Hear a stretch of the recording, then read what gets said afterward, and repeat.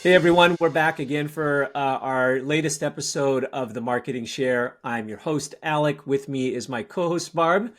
And today's topic is a bit of a broader topic than we usually cover. It's not as specific just to marketing, but it is as important as anything in a business. And that topic is innovation. And I think there are actually a lot of corollaries around what we need to do around innovation and how that touches marketing.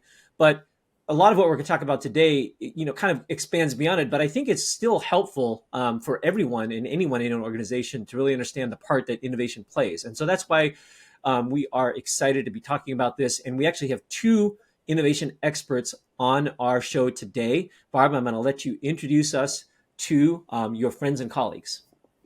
I'm excited today. Today, we are going to talk about innovation, and the other side of innovation is risk, right? That's where everybody kind of gets a little nervous around innovation. And I think Tom and Jake are going to walk us through how to navigate that with style and grace. So I'm super excited to have Jake Sherman here. Jake has a background in multiple industries, working in B2B and B2C all across. He's part of Kuczmarski Innovation, and he also is the Director of Partnerships at Chicago Innovation.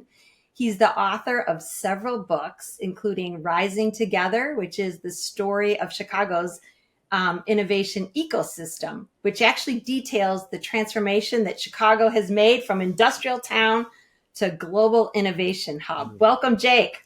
Hi, thanks for having me. And also, I'm super excited to bring on a former partner of mine in many different instances, Tom Kuczmarski, who is the founder and president of the global consultancy firm, Kuczmarski Innovation. I'm a two-time client, so I can speak to that. He's outstanding. Tom is a senior lecturer and visiting scholar at Northwestern University Kellogg Graduate School of Management Center for Innovation and Technology. He's internationally recognized as an expert in innovation, and he's authored 9 books on leadership and innovation. He's the co-founder of Chicago Innovation, which educates, connects, and celebrates innovators in the region. And he serves on the Chicago Economics Club, Commercial Club, and the Chicago Inventors Organization. I don't know, you're a pretty busy guy. Welcome, Tom.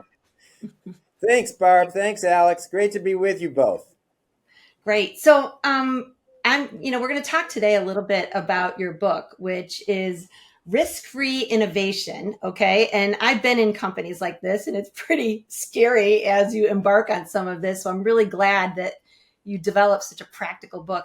Why the book? What prompted it? Why now? And did you come up with these top 10 through your work with clients? That's a wonderful question, Barb and Alec. Let me just try to describe it this way. Teaching at the Kellogg School of Management for so many years with executives, one of the questions that I would always ask at the beginning of a class was, what's the major impediment that you have to innovate more and more successfully? The answer was always risk aversion and fear of failure.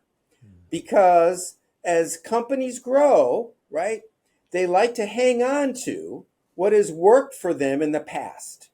And so their comfort zone is to not go outside of the edges that much, but rather stay inside. So what we decided, especially after COVID, was that in times of uncertainty is probably the best time to write about this topic of how to be innovative in a risk-free way in order to give executives more comfort, more courage, and more confidence.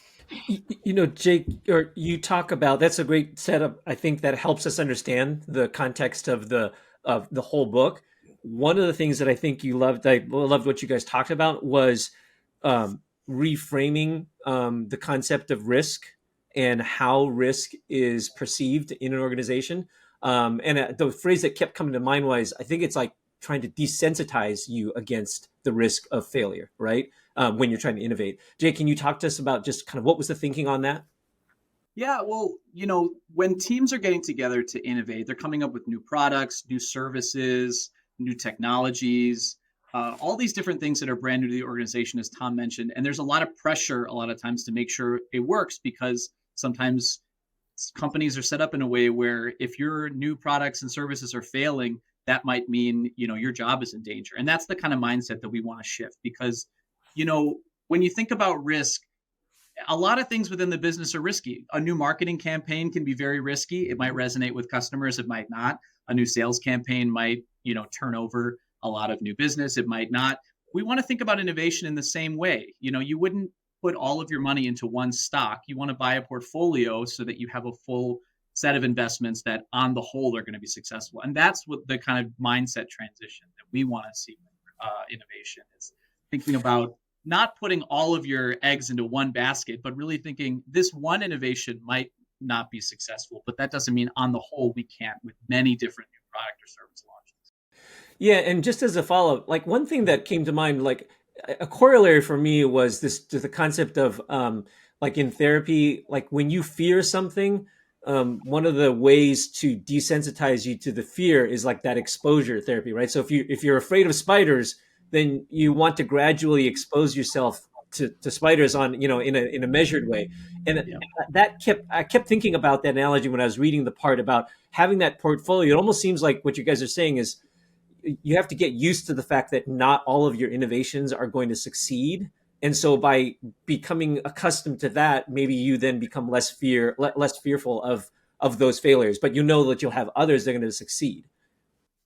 That's right. Yeah, and we often even tell companies half jokingly that they should throw failure parties when things don't work out because every failure is a learning opportunity, and it's a little cliche to say, but it really is true that just because we're not making silly, ridiculous, outrageous guesses when we try to innovate. These are when you're following a strict process, you're making educated guesses, you're planning, you're forecasting. If something doesn't work out, it's a new learning opportunity.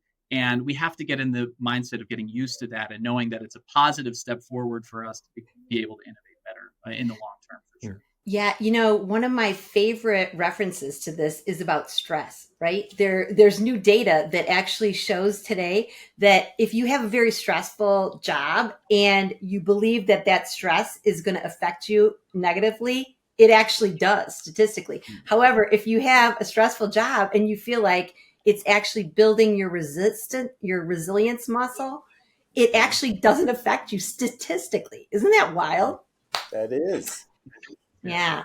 Anyway, okay. So number 1 of 10 in the 10 ways to mitigate or manage innovation and failure and risk is about defining innovation in an organization.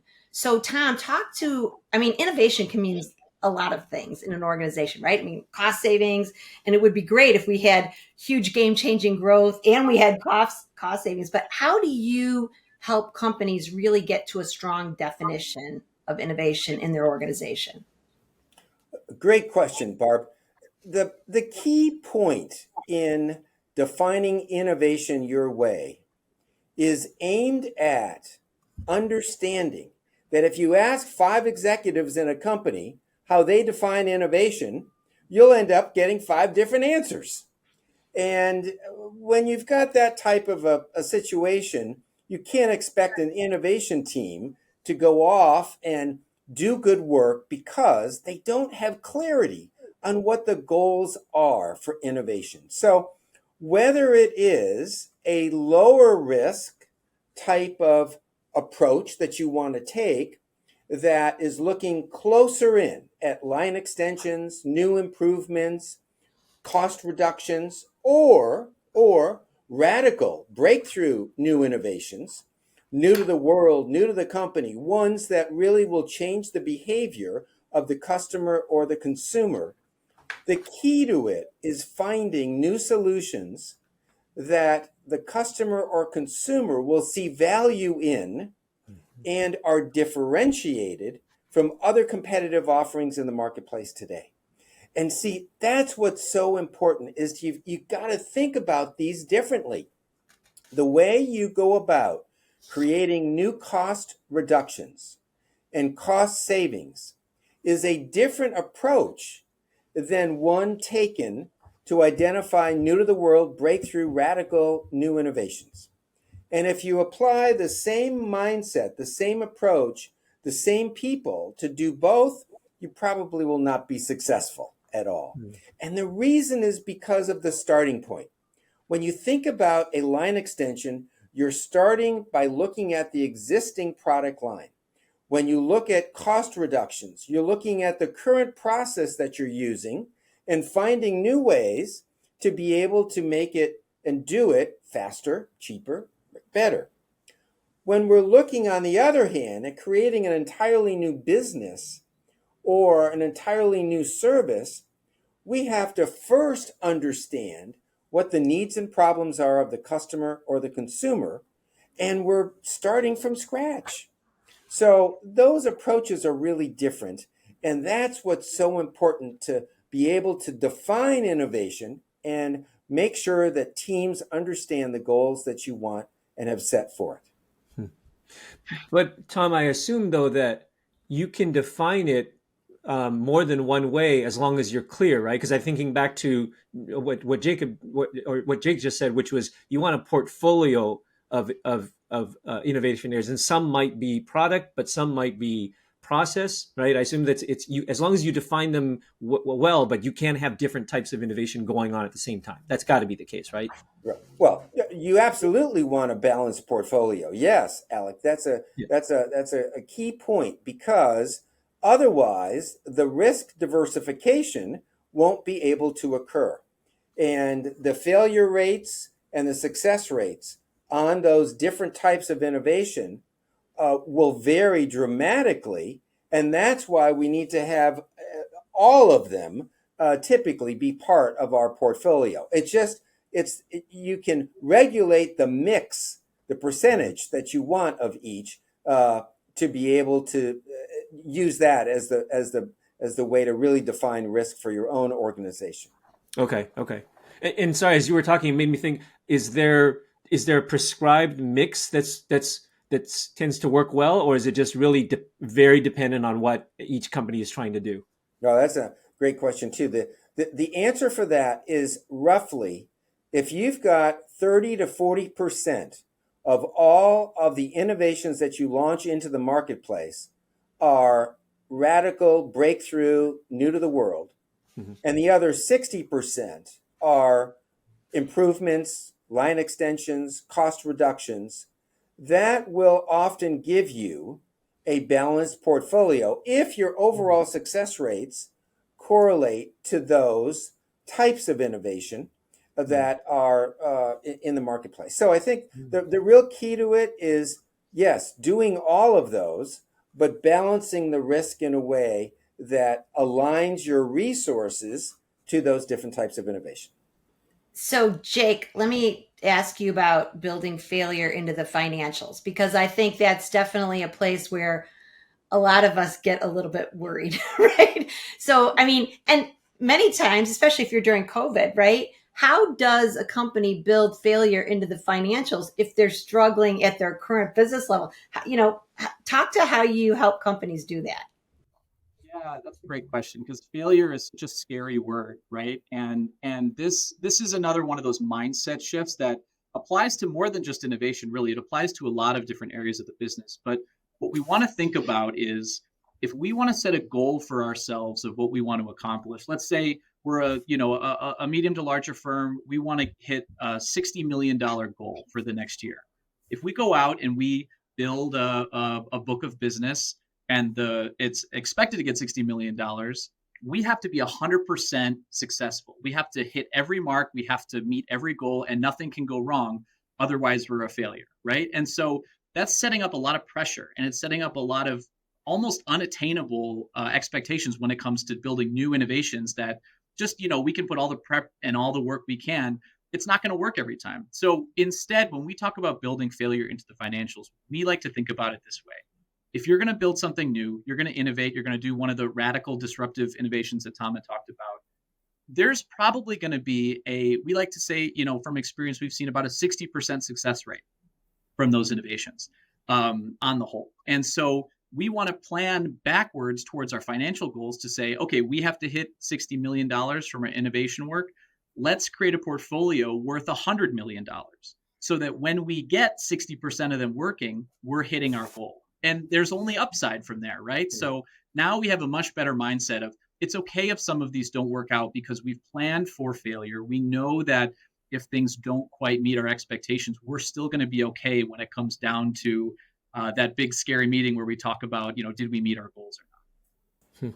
Yeah, it really is like a financial portfolio and managing that whole thing, isn't it? Mhm. Hey, It really is. And, it's something else, too, that can be applied to other areas, whether it's marketing or whether it's sales or whether it's distribution, making sure that we have the mindset that if we overshoot our planning, we have some room for failure. That's what creates a culture that accepts failure in the right circumstances, right? We don't want to have, dumb mistakes, and we want to work as hard as we can to make sure that everything we do is successful. But when something doesn't fall through, we've planned for that and we've made, arrangements so that we're going to be okay. And we're even going to maybe come out on top if things go better than we expect.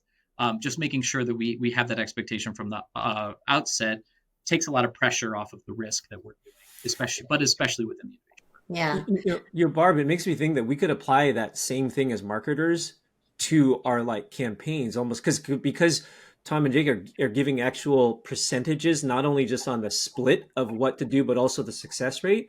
Because how many times have we talked about the fact that marketing campaigns often are like you have to do them in order to kind of see what response you get, and then that way you can adjust.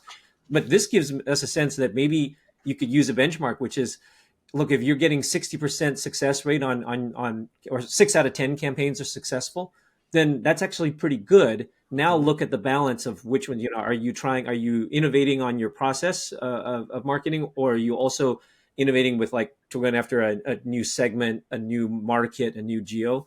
Yeah. It just seems like there's corollaries. It I like totally that. applies everywhere, right? We Yeah. used to do this in product management, right? Several big product ideas, right? Game changers, and then line extensions to the business. You do it the same way with marketing, right? Yeah. Several Yeah. large, maybe event kind of ideas, and then, a steady state lead generation program. So it's a smart approach for just about anything that you want to do. Hey, Tom, I love the reference, to say I do in the book, because it's about commitment. And I sometimes I see companies come in and out of innovation sometimes, right? Innovate and then compress due to some stressor in the business.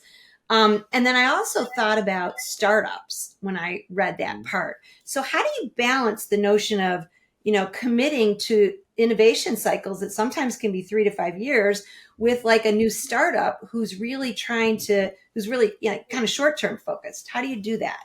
Sure. Great question. Let me start first by answering it for larger companies. And here's, as you well cited, here is often the issue. Senior management says, well, let's give this innovation thing a little try. We'll give it a little try. And it's kind of like they want to dip their toe in the water and see if it's too cold or not. And they go, oh, this is too cold. Let's not keep trying to swim in this pool.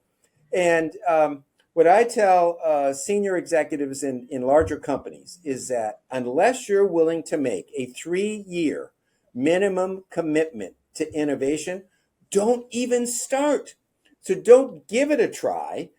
Use some other growth route, whether it's acquisition or joint ventures or just expand internationally, but to really create new services, new programs, new products, and new businesses, you need to give yourself at least a 3-year time period. So that's why we say saying I do is so important.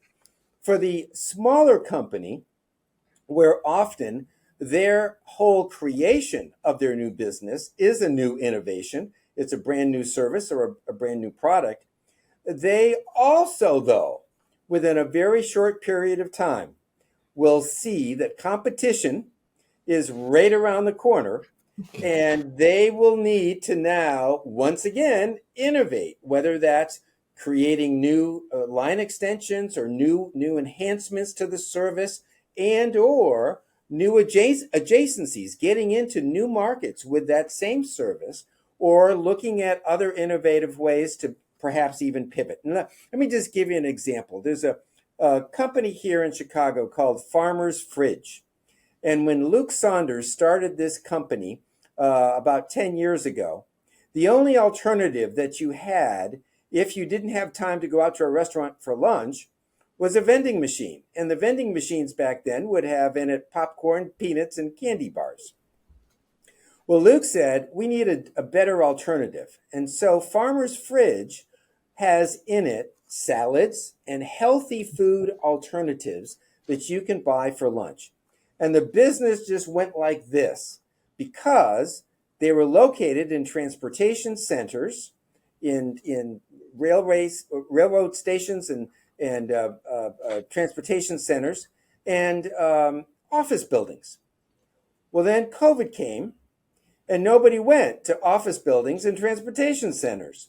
So he had to totally pivot. He had to pivot the entire business and moved those Farmer Fridge locations to healthcare facilities where people were, and also created a direct-to-consumer home business.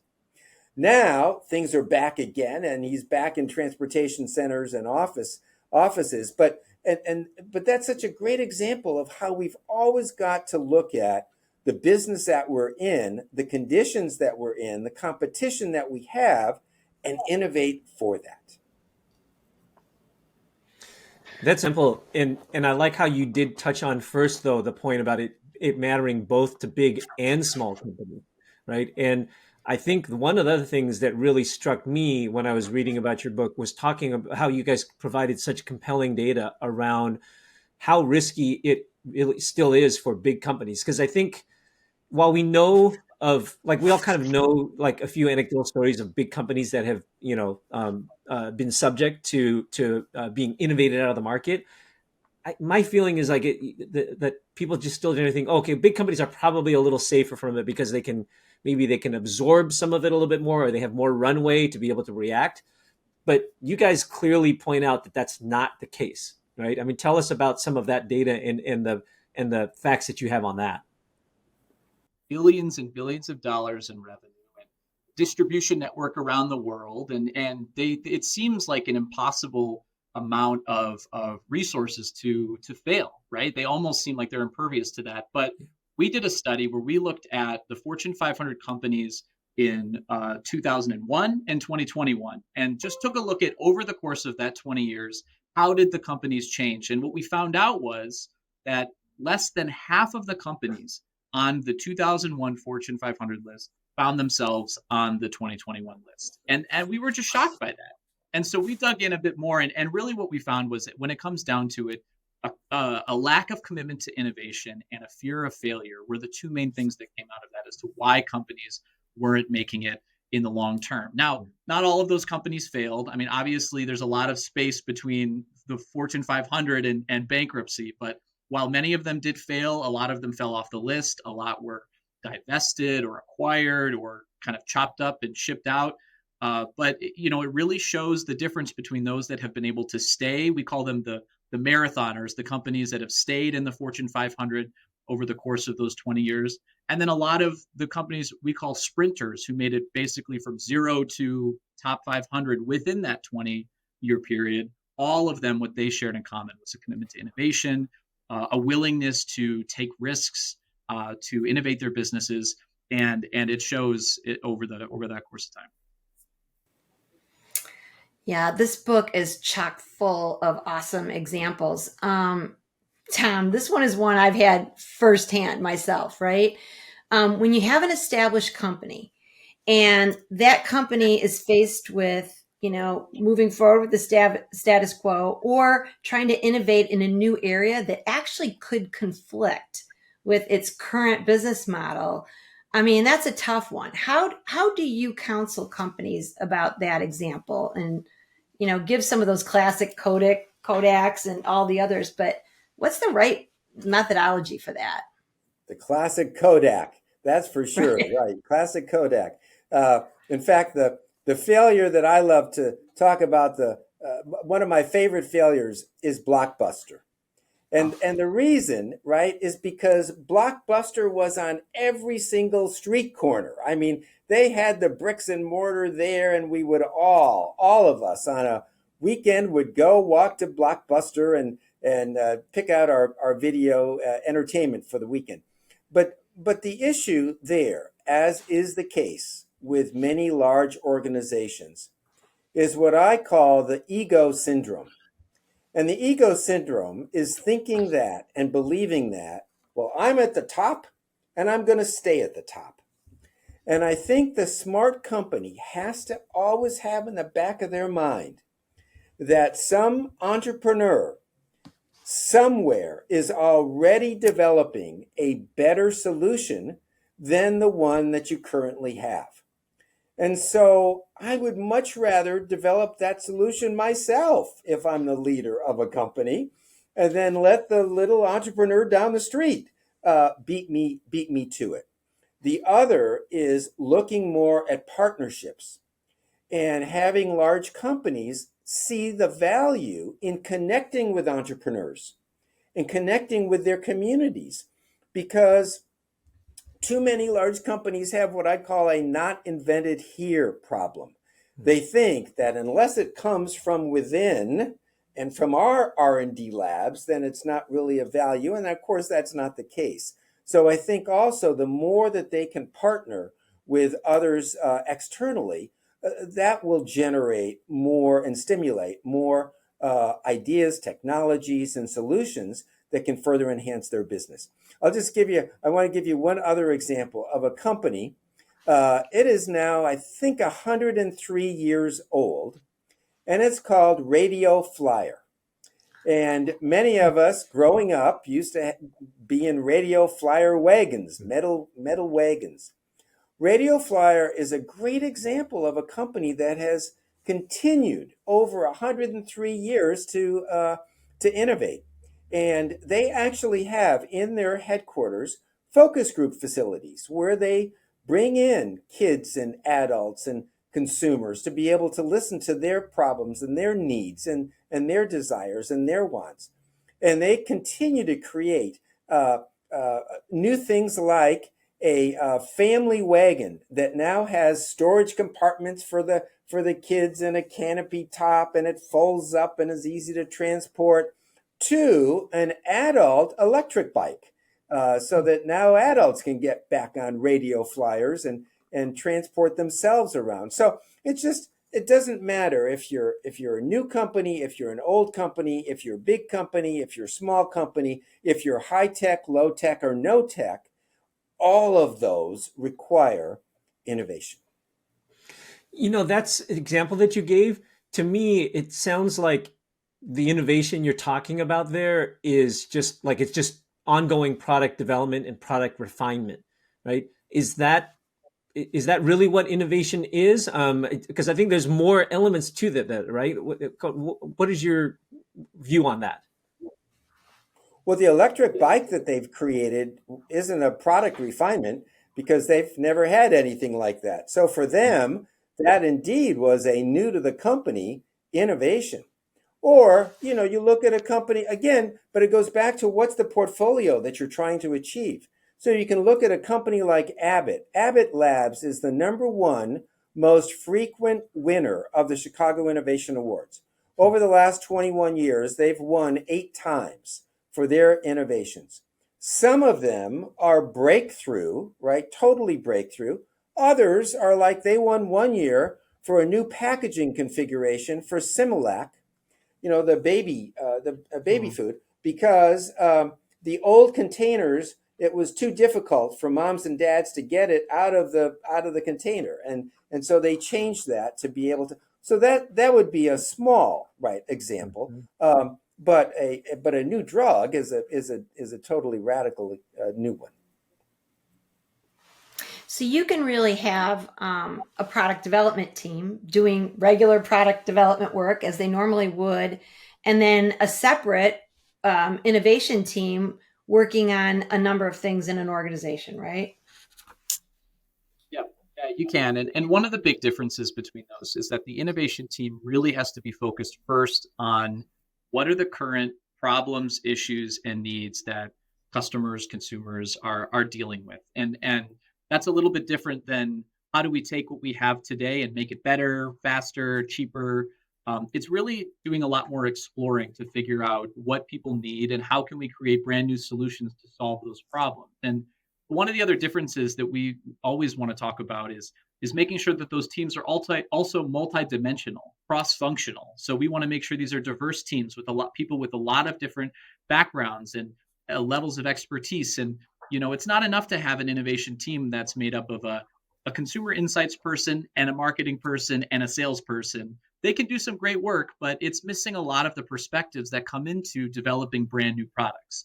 When we work with companies, we always say we want to make sure we have an engineering person. We want to have even a packaging person. And many times for them, it will be the first time that an R&D person has had a conversation with a customer directly, and they're learning so much about it, and it helps them put a face and a use to some of the technologies that they've been working on in the labs or the garages, wherever they might be developing things. So we want to make sure that there's a lot of diverse perspectives as it comes to innovating, and then that team continues working with that set of problems as they create new solutions, as they turn those into new products that get prototyped and built up. And there's different perspectives that will be more useful than others at different stages in the process, but everybody lends a hand and everybody contributes great ideas, and it really makes a much more successful and lower risk innovation, as opposed to as you mentioned, a product development team that is working on improving and building and structuring. It's a very different mindset that the team has to have together. And we find that is really helpful for building a culture of innovation throughout a company too, because then you have people from every different function that gets involved with all these new things that are going on, and they can become ambassadors within their teams and their organizations to showcase, what they've worked on and how they've contributed to the innovation success.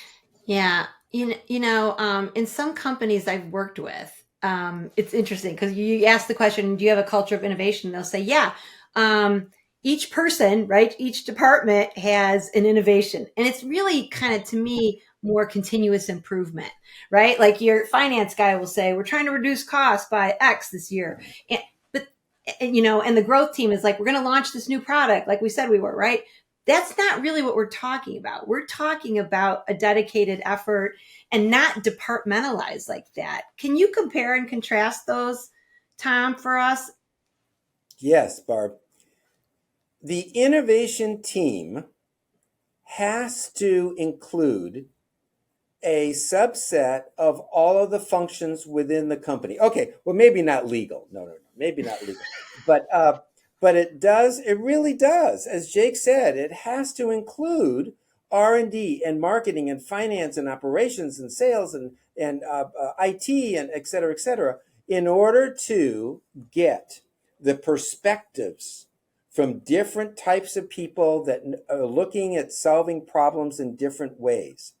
They also need to be diverse, because we've done so much research that shows and proves that the greater diversity, age diversity, gender diversity, race diversity, all of the functional background diversity, all of those things contribute greatly to the effectiveness of an innovation team. But let's just go back for a second to your original point, which was so great, because sure, the finance department is looking at new cost savings and improvements and enhancements, as they should be. But what we're looking at with an innovation, this cross-functional and diverse innovation team, is their creation of a portfolio of new products, new services, new processes, new business models that will create new value for the company and for the consumer or for the customer. And that means they need to be dedicated too. See, and that's another part of this, is that sometimes we'll go into companies and that innovation team, they'll say, oh yeah, well, we meet 10%, we have 10% of our time is dedicated to this. Well, what does 10% mean? That means on Wednesday morning from 8 until 10, the innovation team meets. They then go off and do their jobs, and then they come back the next Wednesday and they go, well, what have we done? Well, of course they haven't done anything. because they haven't been given the time or the dedication of that team member to be able to really work on innovation, and it takes a lot of work. So that's the other part of this, is that they really need to be dedicated to this effort. And the last thing I want to mention on this is, where should they report? Where does this innovation team report?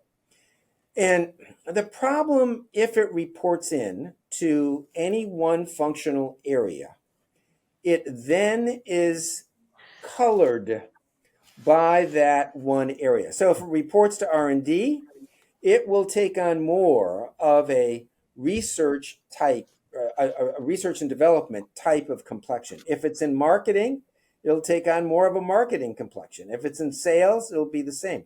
I always say, if you're dedicated to innovation and you're expecting 10 to 20% of your revenues in 3 to 5 years from now to come from new innovations, it's got to report to the top. COO, CEO, but a C-level function right to the top.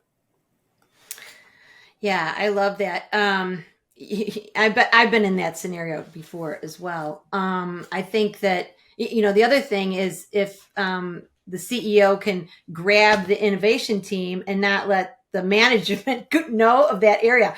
I've been in the one where it's all covered under the product development area, and if you're a hammer, everything looks like a nail, kind of thing. All of a sudden, all the innovations look like that department, right? They're missing the models, and they're missing a whole new way of thinking, which I think is super important. Yep. Talk to what can go wrong in some of these areas. We talked to a couple of those examples. What other things should people watch out for when, if they start with, I'm going to put together an innovation team. I've defined it, an area that I really want to attack. Maybe it's a new market area that they don't participate in. What are some of the things that we want to tell folks to watch out for, other than a couple we just mentioned?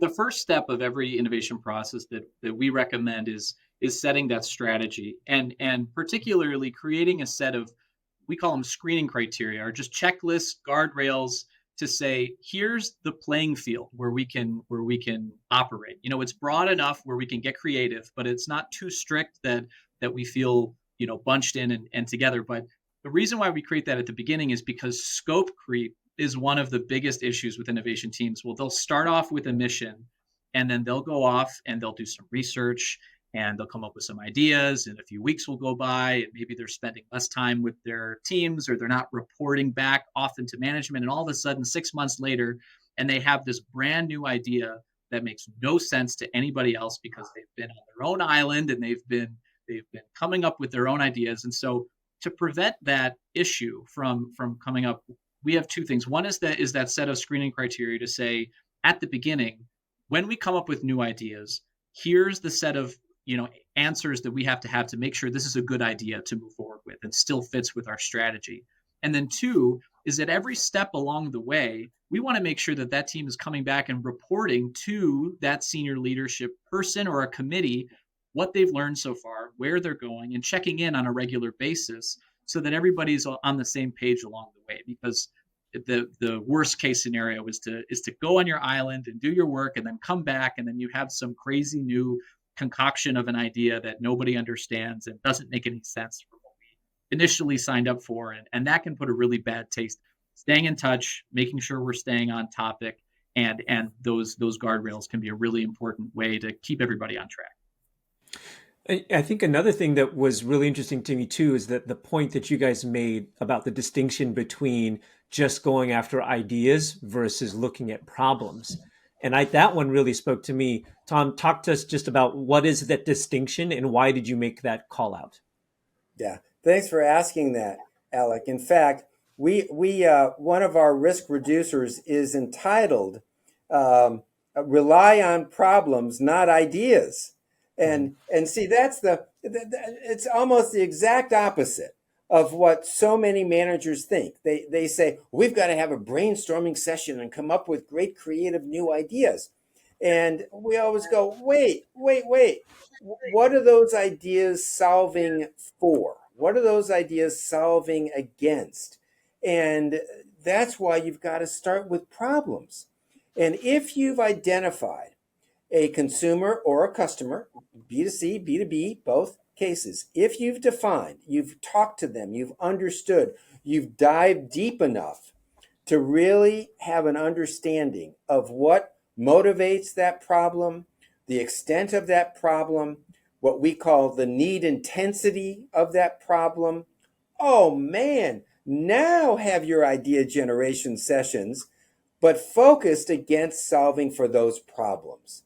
And that switch, just that switch alone, can really provide a risk reduction in the innovation process. And the reason that I love that one so much, and Barb, I see you're nodding your head.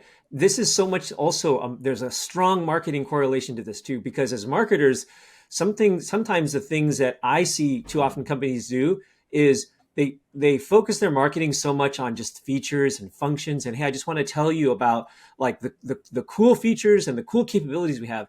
When really what you need to do is you need to talk about how it solves a problem for the customer, because they're not going to care about what feature you have if you don't make a connection to what problem it helps them solve.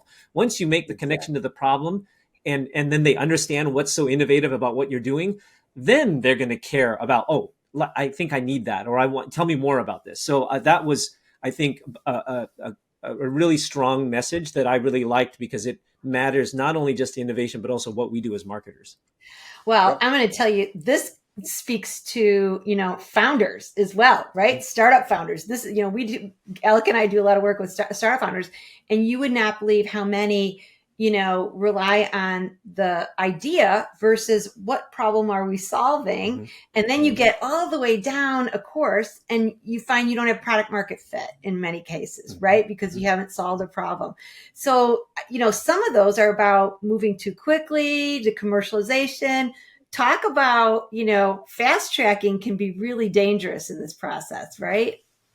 After you come up with those great ideas, you can't just go build them and put them out there. You have to go back out and test them again. It has to be an iterative process where you're learning from people. We might have solved your problem, but did we do it in the right way? Did we use the right communication to explain your problem back to you in a way that makes sense? And there's all these different ways that you can tweak and optimize your new products or technologies so that it really resonates with people more. And it's exactly the same way with marketing. You're probably not going to create an entire campaign and just buy the ad space and throw it out there without doing some tests and doing some, making sure that it resonates with people. And so the same thing is true for innovation, and for startups in particular. It can be really challenging for a lot of founders who've developed this great technology. They want to get it out there. They're really proud of it.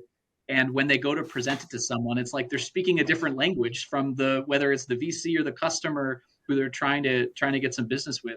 You really need to make sure that it fits those problems, both so you can sell your product, obviously, but also so you can communicate better with them so that you understand how you're creating value for them as they purchase it from you. Yeah. I'm pretty big on framing things for people because, in consulting, you have to frame things quite a bit. And I loved in the book, you kind of gave some ranges. First of all, you talked about framing success in innovation versus failure, because sometimes companies, can try something for a period of time, especially if they're those toe dippers that we were talking about before. And then if it doesn't measure up against their current business model, we have to move on. This didn't work. So how do you guys talk to your framework for framing success in the different kinds of innovation that are available and the leader's job in that, right? Tom, I'll give you this one. Okay, Barb. Well, the mindset and the culture has to make sure, and this is all done by the leadership at the top of an organization, that people feel like it's okay to take risks and that it's okay to fail. And the way we frame it is that 60% success rate. And so that means if 10 services are launched into the marketplace, 4 of those are not going to make it. And those 4 that don't make it, that's okay, because that means that you've been able to generate the revenues and the earnings from those other 6 that will address your goals. But see, framing it that way, as opposed to too many organizations. I will walk in and I'll have a CEO that'll say, "Oh, can you believe that failure that we had?" And it was, and then he'll or she will talk about that failure all the time internally. Well, that's the last thing in the world you want to do. You want to learn from the failures, but employees are smart. And if they hear and see leaders always talking about the failures, and that's a bad thing, then they're not gonna risk going after it. And that's one of the major causes for risk aversion within companies. And so leaders need to focus on building a culture where the values and the norms really support the mindset that we want to take risks, because we also want some of our innovations to be the bigger, yes, higher failure rates, but much bigger generators and much bigger return providers. And that's an important piece of the innovation pie. Tom, Jake, you have so much good content that you've covered both in the book and here in this episode. Let me wrap it up in this way. If I were to meet you, say I'm sitting next to you on a plane, we happen to start up a conversation and I learned that you guys are innovation experts, what are the 2 or 3 things, the most important things you would want me to remember and take back if I'm interested in trying to create a better innovation process or culture at my company? What are the main things that you'd want me to remember from our conversation? Go ahead, Jake. Well, the first thing I would say is you should buy Risk-Free Innovation, and you'll learn plenty of great tips there. No, I'm just kidding. I think you covered I'm sure you have one in your suitcase that you could just give me, right? Yeah. I've always got one handy. Yeah. Right. Yeah. I would say for sure the piece we talked about as it relates to making sure you're talking to your customers. And it's something where a lot of companies we talk to think they know what their customers want and they think they know what consumers are feeling. But until you go out and talk to them, and more than just a survey, we're really big proponents of doing qualitative research, having conversations and focus groups, because that's how you get to the deep insights, the deep foundational problems that people are feeling. And from those you can glean solutions that are real problem solvers as opposed to band-aids or nice to haves. It's how you get to the must-have solution. So for me, that's always the number one when you're trying to do innovation is really get in touch with your customers, because at the end of the day, they're the ones who are going to be buying whatever you're putting out there. And so the more in line you can get with them, the absolute lower risk you have. And then the other side of it too that we hadn't touched on as much here is, if you want as a leader your company to be excited about innovation and take risks, you also have to create rewards and recognition programs so that when things do work out, you are showing them so much gratitude and praise that they get excited to do it again. And we talk about that as it relates to financial rewards, non-financial rewards, team-based rewards, as well as individual ones, but really going above and beyond to say, this is what we want to see from our people. This is the kind of culture that we want to espouse as a company. And that's the best way as a leader that you can get more people energized and excited about innovation. I like that one, because you almost have to do it in a way to compensate for the 4 out of 10 times that you're going to fail, right? Because you got to offset that. You're so funny, Alec. All I kept thinking is, you mean I get to put on my resume that I actually had a game-changing innovation at this company? See, this is why we work together, right? Anyway, the book is called Risk-Free Innovation, 10 Ways to Manage Uncertainty. You can get it. I think it's available right now, right? And there's a secret little innovation that comes with the book. I'm not going to be a spoiler on that, but you'll have to check it out because it does involve some augmented reality. Rare. Anyway, So that is happening. And I also want to do a shout out before we leave to our team at Socialize, who helps us with our podcast. They help cut it together and make it into great clips that more people can see it and reach it. Jake, Tom, thank you so much for being on today. This is a wealth of insight. I've actually used this book in several examples today. So it's really a great piece of work. And I know it's going to improve a lot of a company's innovation culture. Thanks, Barb. Thanks, Alec. Really great to be with you.